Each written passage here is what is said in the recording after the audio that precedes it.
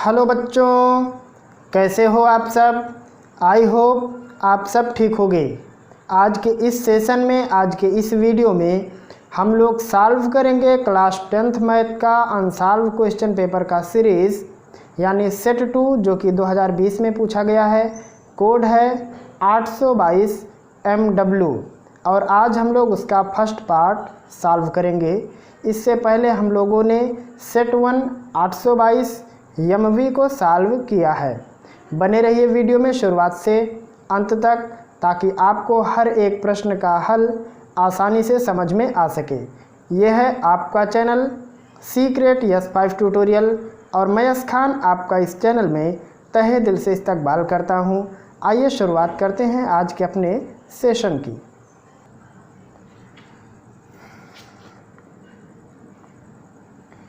First question है सभी खंड कीजिए। इसमें पहला है 1 से 15 तक की सम संख्याओं का समांतर माध्य होगा।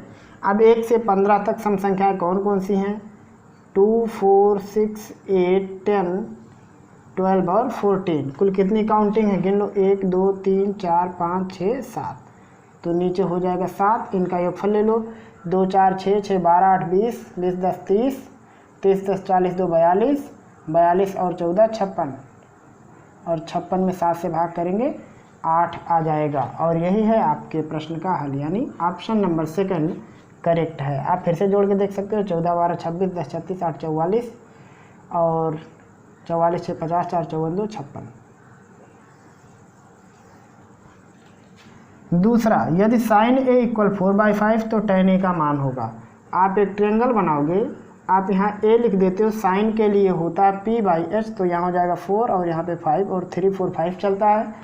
tan इक्वल होता है p/b, तो यहाँ पे 4/3 इसका आंसर आएगा और ये आपका ऑप्शन नंबर थर्ड करेक्ट है। यहाँ पे देखिए तीसरा, यदि समीकरण 2x² - 8x + c = 0 के मूल बराबर हैं तो c का मान होगा। जब मूल बराबर होते हैं तो कंडीशन क्या होता है? b² - 4ac = 0 होता है। b की वैल्यू यहाँ -8 है, उसका वर्ग करेंगे तो हो जाएगा 64 - 4ac, तो 4 × 2 यानी 8c हो जाएगा, ये इक्वल 0 हो जाएगा। तो c की वैल्यू कितनी आएगी?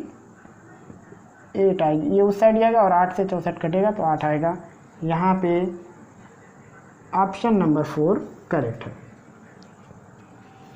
चौथा, -2, 6, -2, 10 को मिलाने वाले रेखाखंड के मध्य बिंदु के निर्देशांक। तो मध्य बिंदु का निर्देशांक होता है x1 + x2/2, y1 + y2/2।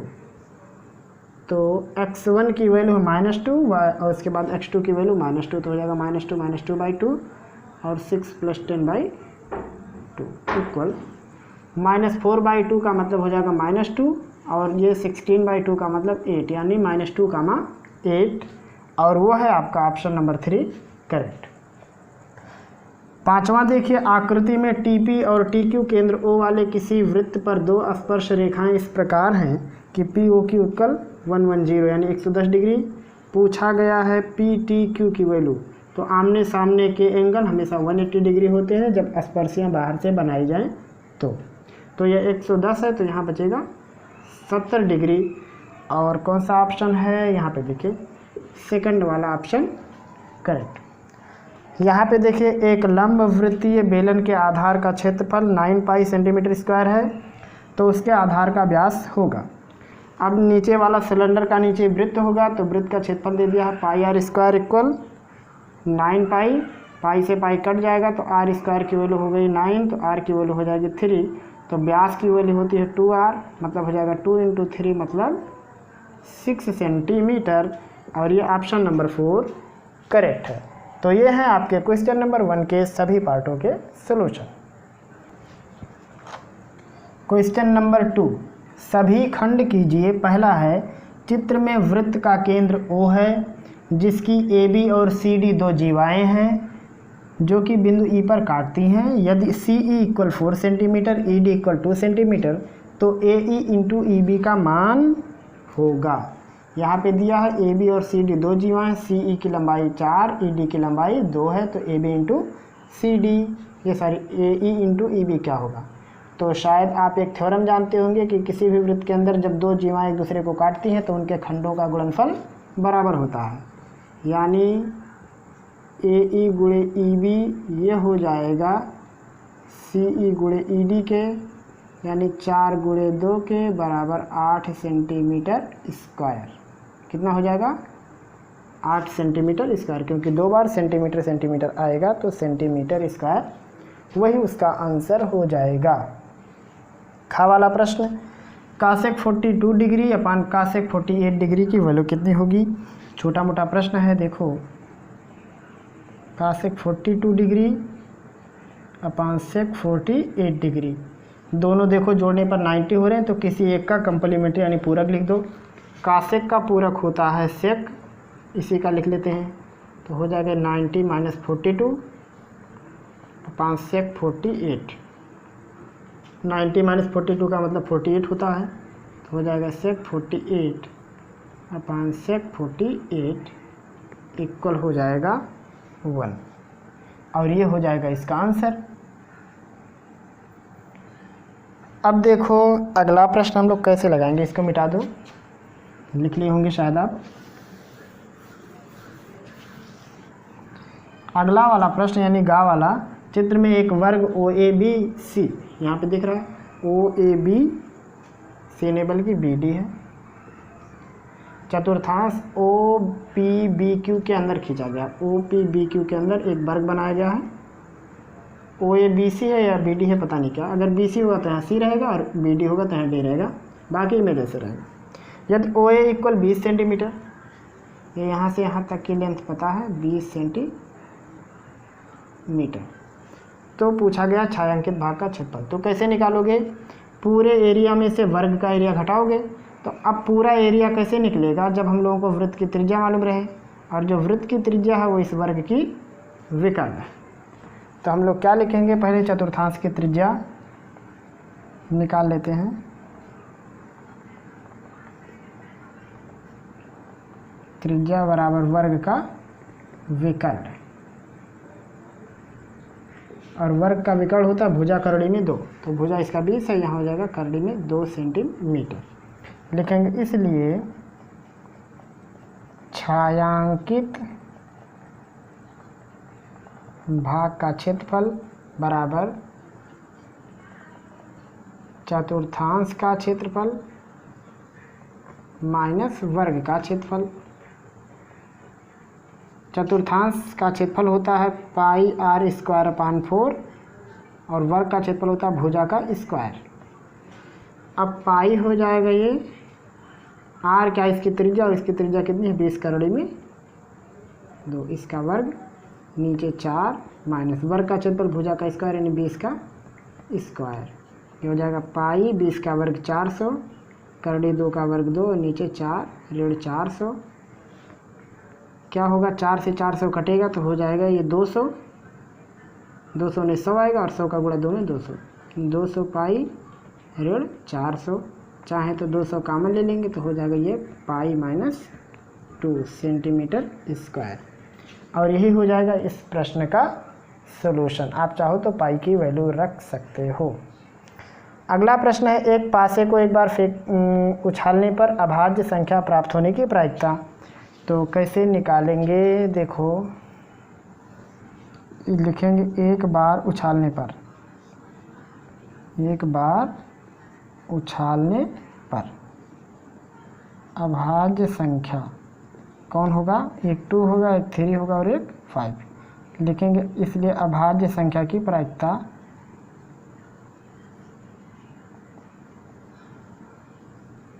कुल संभावना 6 होगा, पासे को एक बार फेंका जाएगा, सब आप जानते हैं, और 3 आया है 3 ऊपर रहेगा, 3/6 का मतलब 1/2, और यही हो जाएगा इस प्रश्न का सॉल्यूशन।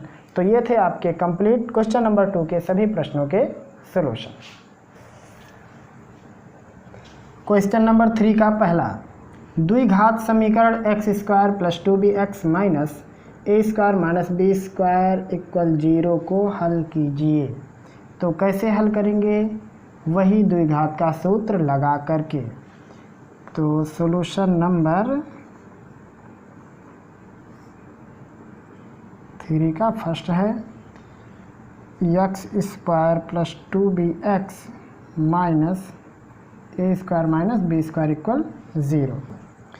यहाँ से x इक्वल लिखेंगे -2b प्लस माइनस, फार्मूला क्या होता है -b plus minus B square, तो b की जगह पे है 2b तो इसका वर्ग, -4 इंटू a की जगह पे 1 है और c की जगह पे ये माइनस है तो ये हो जाएगा प्लस (2) इंटू a की जगह पे 1 हो जाएगा। x equal -2b plus minus under root में 4b square plus 4a square minus 4b square upon 2, 4b square cut जाएगा, 4a स्क्वायर होगा और 4a स्क्वायर का वर्गमूल निकालेंगे तो आएगा 2a। तो यहाँ से ये हो जाएगा x equal -b plus minus 4b square cut जाएगा, आएगा 4a स्क्वायर, उसका वर्गमूल यहाँ से होगा x equal -2b plus minus 4b square cut के 4 स्क्वायर, उसका वर्गमूल 2a अपान 2, 2 से सभी 2 कट जाएगा कॉमन लेके तो होगा -b प्लस माइनस a और यही हो जाएगा इसका आंसर। यानी एक बार x की वैल्यू -b प्लस a होगा और एक बार x की वैल्यू -b माइनस a होगा। अब अगर मान लो आपके प्रश्न में हो सकता है यहाँ a छपा हो, तो अगर a छपा रहेगा तो यहाँ पे बटे में a आएगा, क्योंकि 2 इंटू a होता है तो यहाँ पे a रहेगा, मतलब हो जाएगा -b by a plus 1 -b by a minus 1, इस प्रकार का आंसर हो जाएगा। अगला सॉल्यूशन देखो,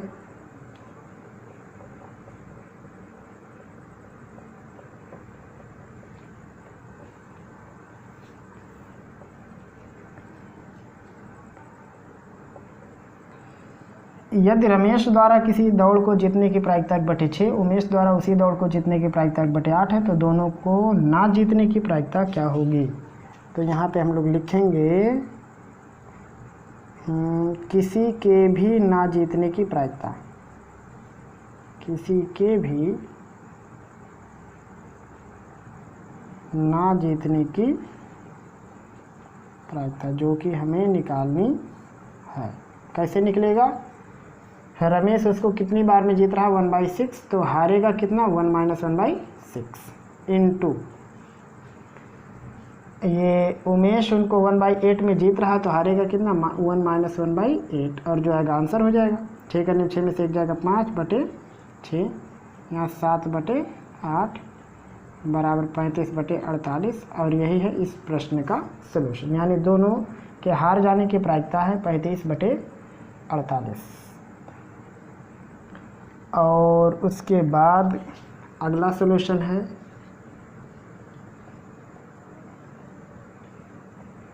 तीसरे का गा। प्रश्न है 2 समरूप त्रिभुजों के परिमाप 40 और 60 है, इनके क्षेत्रफल में अनुपात। तो लिखेंगे प्रथम त्रिभुज का क्षेत्रफल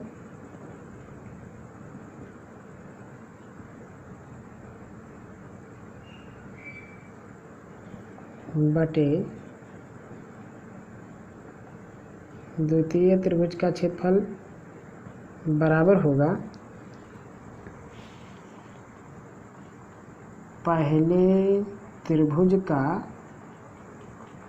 परिमाप बटे दूसरे त्रिभुज का, ऐसा डेल्टा बना देते हैं, और इसका स्क्वायर होता है। तो एक का परिमाप कितना दिया हुआ है 40 और एक का 60, तो 40/60 0 0 कट जाएगा और 2 दूनी 4 2 3 6 यानी 2/3 का वर्ग हो जाएगा, यानी 4/9। तो लिखेंगे कि दोनों त्रिभुज के क्षेत्रफलों में अनुपात 4:9 का है और यही हो जाएगा इस प्रश्न का सॉल्यूशन। अगला पार्ट आपका देखो, सब छोटा छोटा, बड़ा कोई प्रश्न आया ही नहीं था। सॉल्यूशन नंबर तीसरे का घा। यहाँ पे है y का मान ज्ञात कीजिए जिसके लिए बिंदु P और Q के बीच की दूरी 10 है, यानी PQ की वैल्यू कितनी दी हुई है 10, और दूरी निकालने का फार्मूला जानते हैं, पहले में से पहला घटा के वर्ग यानी 2 - 10 का स्क्वायर प्लस दूसरे में से दूसरा घटा दो यानी -3 - y का वर्ग इक्वल 10 है। 10 में से 2 जाएगा 8 का वर्ग 64 हो जाएगा, प्लस माइनस कॉमन लेंगे तो हो जाएगा ये 3 + y का वर्ग इक्वल 100, और वर्गमूल निकालेंगे तो वर्गमूल नहीं सॉरी वर्ग कर देंगे दोनों तरफ, ऐसे रहेगा तो हो जाएगा 64 धन 3 धन वाई का स्क्वायर बराबर 100। 64 उस पर घटा देंगे तो 36 आएगा, यानी 3 प्लस वाई का स्क्वायर बराबर 36। वर्गमूल निकालेंगे तो होगा 3 plus Y equal plus minus 6। एक बार प्लस साइन लेंगे एक बार माइनस, तो जब प्लस लेंगे तो होगा 3 प्लस वाई इक्वल 6 तो वाई इक्वल 3, और जब माइनस लेंगे तो होगा 3 प्लस वाई इक्वल माइनस 6 तो वाई इक्वल माइनस 9। यानी वाई की वैल्यू या तो 3 होगी या तो वाई की वैल्यू माइनस 9 होगी। ये प्लस लेने पर हुआ, ये माइनस लेने पर। और यही है आपके क्वेश्चन नंबर 3 के सभी पार्टों का सलूशन। क्वेश्चन नंबर 4 का पहला, x और y में संबंध ज्ञात कीजिए यदि बिंदु x, y 1, 2 और 7, 0 संरेखी हैं। तो देखिए इसका सलूशन, यानी चौथे का फर्स्ट पार्ट। और आप जानते होंगे कि जब आपको संरेख प्रूफ करना रहता है तो आप क्या करते हैं, 3 निर्देशांकों से त्रिभुज का क्षेत्रफल निकाल के उसको 0 के बराबर कर देते हैं तो संरेख होता है। और इसमें कह रहा कि अगर संरेख है तो काम कीजिए, यानी इसको आपको 0 के बराबर पहले से दिखा के हल करना है, तो ज़्यादा लंबा चौड़ा मगजमारी हो जाएगा। कैसे करना रहेगा वो मैं आपको बता देता हूँ, आप कर लेना। ये x1 y1 x2 y2 x3 y3, और आप एक फार्मूला सिंपल यूज़ कर लोगे, x1 y2 minus y3 plus x2 y3 minus y1 plus x3 y1 minus y2, और सब की वैल्यू 0 लिख देना। उसके बाद जो लेके आना है आपका वो आ जाएगा। लेकिन मैं आपको एक अच्छा तरीका बताता हूँ जिससे आपको ज़्यादा गुणा भाग करने की ज़रूरत नहीं पड़ेगी। इसमें क्या दिया हुआ है कि ये 3 के तीनों बिंदु संरेख हैं, तो हम लोग क्या करेंगे, किसी 2 बिंदु से जाने वाली रेखा का समीकरण निकाल लेते हैं। और अगर देखो जैसे 3 बिंदु संरेख हैं तो 2 से जाने वाली जो रेखा होगी उस पर तीसरा बिंदु स्थित होगा, तो हम लोग क्या करेंगे, 2 बिंदु से जाने वाली रेखा का समीकरण निकाल लेंगे, उस पर तीसरे को डाल देंगे। तो जैसे मान लो हम लोग 1, 2 और 7, 0 से जाने वाली रेखा का समीकरण ले लेते हैं, तो हम लोग लिखेंगे 1, 2 तथा 7, 0 से जाने वाली रेखा का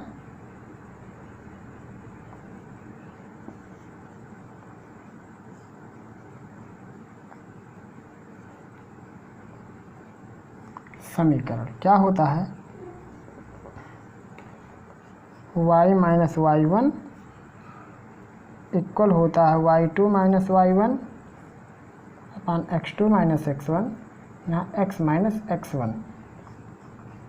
y की वैल्यू कितनी है, y को रखना ही नहीं है, माइनस y1, x1 y1 की वैल्यू है 2, y2 की वैल्यू है 0, y1 की वैल्यू 2, x2 की वैल्यू 7, x1 की वैल्यू 1, x माइनस x1 1 हो जाएगा। तो ये हो जाएगा y माइनस 2 इक्वल माइनस 2 अपान 6 x माइनस 1 हो जाएगा। ये y माइनस 2 2 से 6 कट जाएगा तो माइनस 1/3 x माइनस 1, 3 से गुणा हो जाएगा तो ये हो जाएगा 3y माइनस 3 का गुणा 2 में करेंगे तो 6 हो जाएगा, ऋण 1 का गुणा x में करेंगे तो ऋण x धन 1, सब कुछ इस साइड ले आएंगे तो हो जाएगा ये x प्लस 3y, 6 को उस साइड ले जाएंगे तो हो जाएगा 7, और यही आपको प्रूफ करना है। अब कहोगे आपने 2 बिंदु लिया, तीसरा क्यों नहीं लिए, जबकि आप कह रहे थे 2 बिंदु से जाने वाली रेखा का समीकरण निकाल लो और तीसरा उस पर रखना है। तो आप देख रहे हो कि जो तीसरा बिंदु है खुद x y है, मतलब आपको x की जगह पे x लिखना है और y की जगह पे y, तो आप यहाँ लिख भी सकते हो क्योंकि यह रेखा x y से होकर जाती है,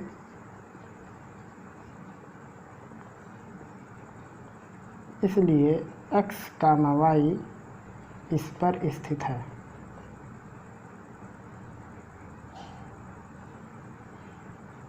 और उत्तर वही आएगा फाइनली।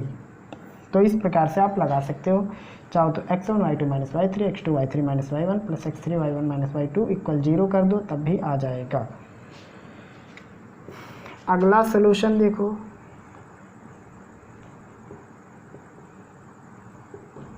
चौथे का खा वाला पार्ट। प्रश्न है sin 3a = cos a - 26 degree. तो पहले लिख लो sin 3a = cos a - 26 degree. तो आप क्या करोगे, देखो यहाँ साइन है, आप या तो साइन का कम्प्लीमेंट्री लिख दो या कास का। तो चलो हम लोग साइन का कम्प्लीमेंट्री लिखते हैं, नहीं उसी का लिख देते हैं। तो हो जाएगा sin 3a = कास का होगा साइन 90 - थीटा, तो यानी माइनस a + 26 हो जाएगा, क्योंकि माइनस लगाएंगे तो प्लस हो जाएगा। ये हो जाएगा sin 3a = साइन 90 और 6 हो जाएगा 116 ऋण a। तो ये हो जाएगा 3a = 116 - a। तो a इस साइड आ जाएगा तो हो जाएगा 4a = 116। तो a इक्वल हो जाएगा 4 से भाग करेंगे, 4 दूनी 8, 4 9 36, यानी a की वैल्यू है 29 डिग्री, जो कि आपको निकालना था। आप यहाँ भी देख सकते हो a की वैल्यू कितनी रखनी है हमको, 29। तो 29 में से 26 जाएगा, 3 बचेगा। यहाँ भी आप a की वैल्यू 29 रखोगे तो 3 9 27, 3 दूनी 6 2 8। तो ये कितना हो जाएगा sin 87 और इधर cos 3। तो cos 3 और sin 87 दोनों का एक ही वैल्यू होगा, मतलब ये चीज़ करेक्ट है। अगला देखिए सॉल्यूशन नंबर 4 का गावल, यानी तीसरा पार्ट। यदि एक गोले का वक्र पृष्ठ 36 पाई सेंटीमीटर स्क्वायर है तो उसका आयतन ज्ञात करो। तो वक्र पृष्ठ दिया हुआ है गोले का,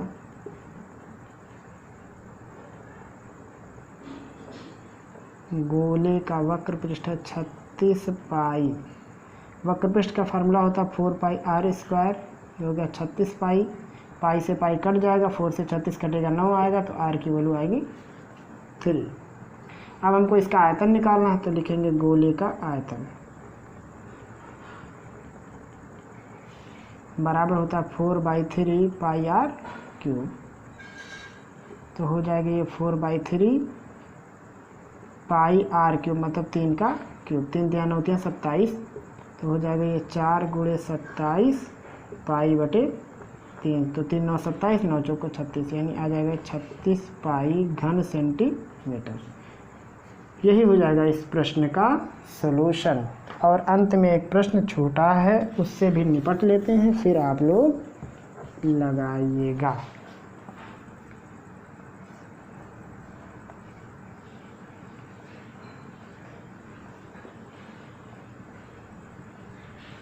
प्रश्न है अल्फ़ा बीटा इसके मूल हैं, यानी समीकरण दिया 2x, यहाँ लिखते हैं इसको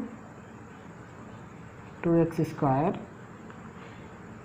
- 3x + 5 = 0 के मूल अल्फ़ा बीटा हैं। इसके मूल अल्फ़ा बीटा है, तो सबसे पहले हम लोग यहाँ से अल्फ़ा प्लस बीटा और अल्फ़ा बीटा निकाल लेते हैं। तो अल्फ़ा बीटा की वैल्यू कितनी होगी, c/a यानी 5/2 हो जाएगा।